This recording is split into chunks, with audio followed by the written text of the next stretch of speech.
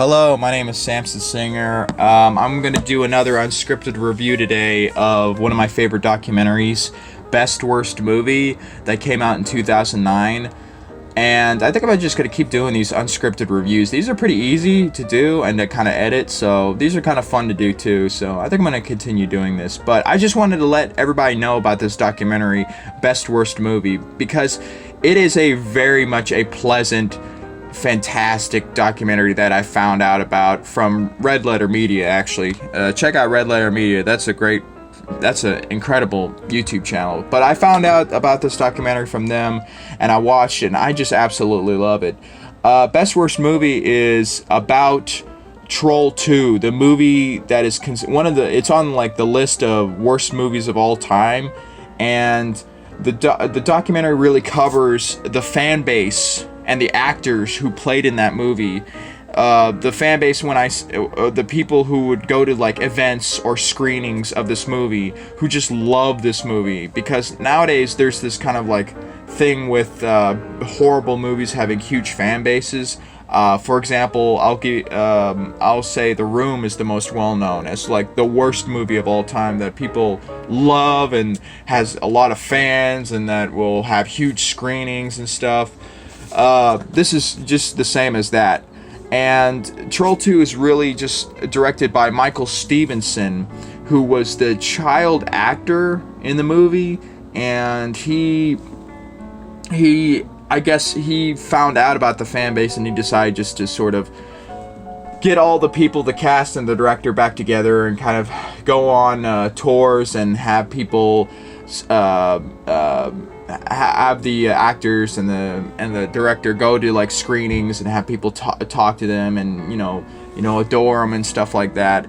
And the main actor that we actually follow in this documentary is George Hardy, the father character in the movie. He's in real life a dentist living in Alexander City, Alabama, and he is just an awesome person, and he's just fantastic in the documentary, and that's really why I love the documentary. It's because of him. He's just this unbelievably kind person, this really nice human being, and he really is interesting to watch in the documentary as he goes from conventions to conventions, meeting these kind of weird fans who love this movie, and he's just delightful. He's delightful. The movie Troll 2 was directed by this guy called Claudio Fragasso.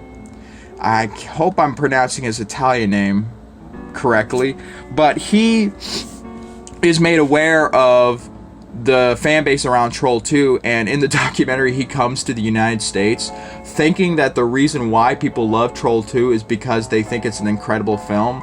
But in reality, the reason why people love it is because it's terrible, it's awful. And when he comes over to the United States, he realizes why these events are happening, why these screenings are happening, why there's this huge fan base, is because people are mocking and laughing at his film. And he actually gets upset about it, and for a while, but I guess he accepts it because here he's getting attention. He's getting much wanted attention.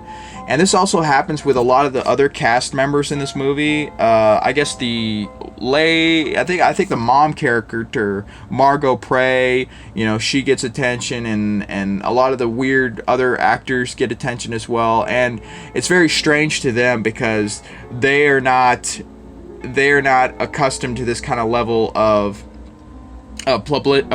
publicity for this film, because it was just a shitty movie that came out.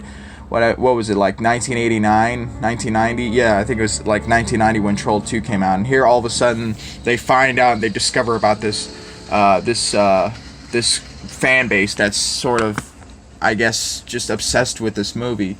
And that's what is really sort of funny about this movie. It's just these people sort of going to the screenings who really tried to distance. A lot of the actors tried to distance themselves from this movie for obvious reasons because it's such a shitty movie.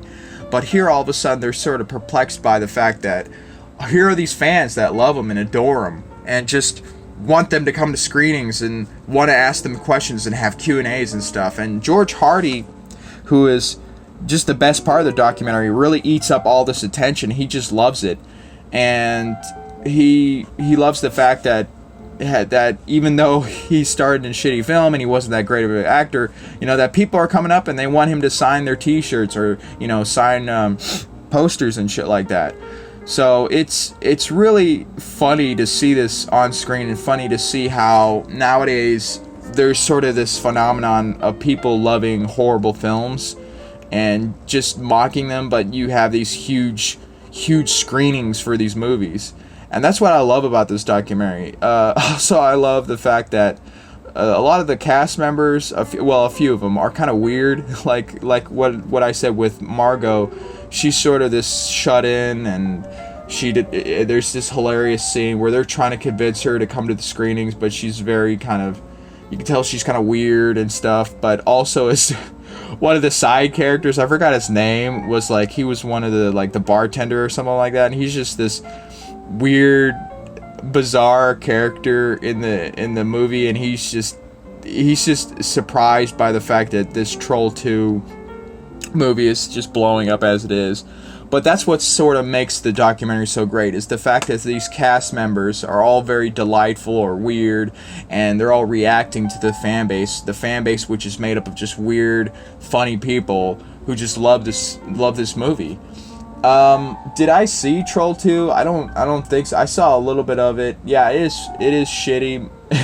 And I kind of understand why people like it. It's kind of an odd film, but it's whatever. It's sort of a terrible, horrible movie that it is. And I don't know, I guess I sort of understand the fan base, but I'm not that type of guy. I don't really watch bad movies just to sort of enjoy them. I don't want to waste my time doing that. But I do want to encourage people to watch this documentary, Best Worst Movie, because it is fantastic. It is amazing. And Michael Stevenson does a fantastic job with it. So check it out. And that's all I can say for this unscripted review. I hope everybody's having a good day and has a good time, and whatever, and diddly do and diddly dee, and have a good day, I guess. Bye.